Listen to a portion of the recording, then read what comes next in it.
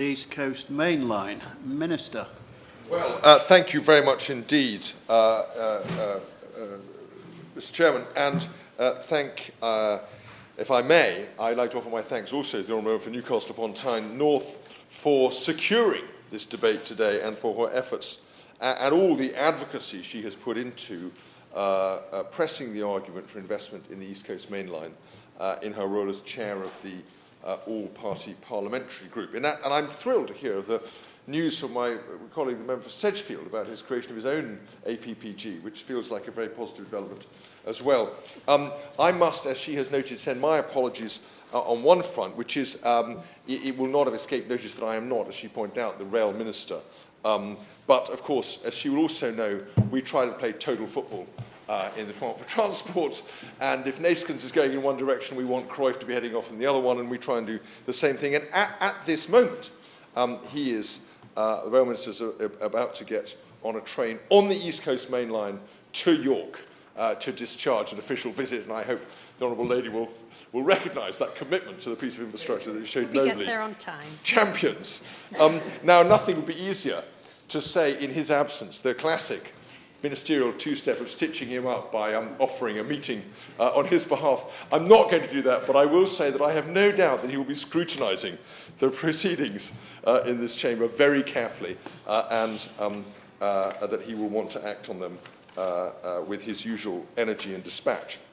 Now, of course, as the Honourable Lady has mentioned, we have had an opportunity in this discussion to consider one of the most important rail arteries in this country. And I'm delighted to be able to set out the government's position and to respond to many of the issues that she has touched on, including the integrated rail plan, timetabling, and the question of digital signalling. Let me start, if I may, by highlighting the East Coast Enhancements Programme, which began in 2014. Department for Transport and Network Rail are now in the very final stages of delivering this package of investment, which, as she has recognised, will have seen, once completed in 2024, £1.2 billion spent on improvements across the route. Now, that's delivered upgrades to tracks and platform, signalling and junctions across the East Coast Main Line, as well as to essential improvements in the power supply. Specific examples of projects include within this wider programme of work include new platforms at Doncaster and Stevenage stations, improvements to track layout at King's Cross, and a new rail junction at Warrington near Peterborough. Now, the planning and delivery of such a wide-ranging set of upgrades was the result of close collaboration between the Department Network Rail and the train and freight operating companies, and as she appreciates, these are invariably complex matters. And that investment was delivered in conjunction with the £2.7 billion Intercity Express programme, which saw the rollout of the state-of-the-art Azuma trains across the East Coast Main Line, the last trains coming onto the route in September 2020. Each train within the new fleet has around 15% greater capacity compared with previous units and provides a significant change in accessibility as well through increased numbers of wheelchair spaces and improved Wi-Fi and mobile connectivity. The full benefits for passengers of both these significant pieces of investment will only be realised, as she recognises rightly, through the introduction of a new and recast timetable for the route. This had been scheduled for introduction in 2022, but was deferred in order to ensure that the views of passengers and local leaders, which were being captured through the public consultation, were fully considered. And there is work underway at the moment with train operators to finalise the specification of a revised timetable that much more closely aligns with the views of stakeholders across the line of the route and ensures the running of the railway is fairer to the taxpayer. And I know there is every intention to deliver that as soon as possible. The East Coast Main Line is also due to be the first major route in the UK to benefit from digital signalling, another issue the Honourable Lady has rightly mentioned. Approximately two-thirds of signalling equipment on the southern section of the line is reaching its life expiry date and needs to be replaced. The East Coast Digital Programme covers the section of the main line running from King's Cross to just south of Grantham and is the UK's flagship digital signalling initiative aiming to deliver a safer, more reliable and more resilient route. To date, the government's committed more than £1 billion for the programme, which is expected to be delivered by the early 2030s.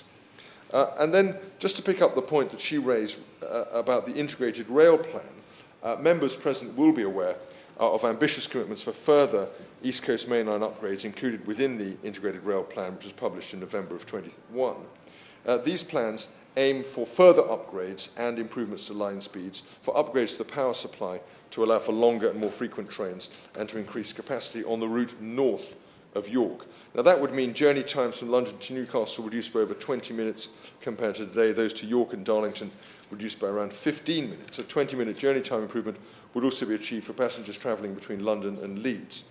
Passengers will benefit from an increased number of seats as well as from improved performance and reliability, unions permitting. It is envisaged that these improvements will be delivered in 3 separate tranches of upgrades, starting in the mid-2020s and running up to the late 2030s. Departments provided Network Rail with early-stage development funding to consider how these plans can be delivered as efficiently as possible in order to deliver maximum value of money for money to the taxpayer. But I'm also delighted to be able to confirm that improvements towards the north of the East Coast Main Line are at a more developed stage of maturity, and that they can and will act as early examples of the government's commitment to delivering on the aspirations of the Integrated Rail Plan to improve the experience of passengers on the route. And they include a package of enhancements at Darlington and York stations, as well as infrastructure upgrades at various other locations between Northallerton and Newcastle. Taken together, this programme activity aims to allow an increased number of long-distance services to operate between York and Newcastle. So these planned funding commitments will, I hope, provide reassurance to the Honourable Lady and to members that the Government is acutely aware of the strategic importance of the East Coast Main Line. The Department looks forward to continuing its engagement with my Honourable colleague and the all-party parliamentary group, as well as the new one unveiled for the first time today as these ambitious plans come to maturity. And I thank the Honourable Lady very much for her debate. The question is that this House has considered funding for the East Coast Main